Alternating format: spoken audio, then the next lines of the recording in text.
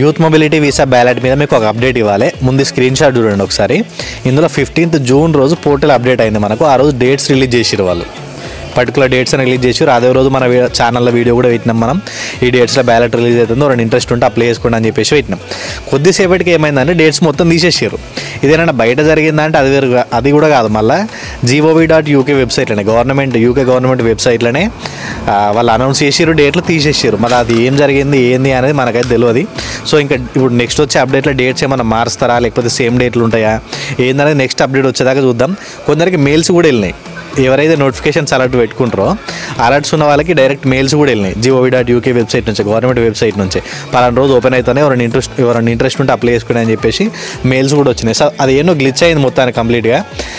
So next అప్డేట్లో మరి ఇదే dates ఉంచుతారా లేదా ఏంది అనేది చూడాలి. ఇంకా అప్డేట్ ఒకసారి రాగానే మీకు మళ్ళీ మన ఛానల్లో అప్డేట్ చేస్తా. ఎవరైనా ఇంట్రెస్ట్ ఉంటే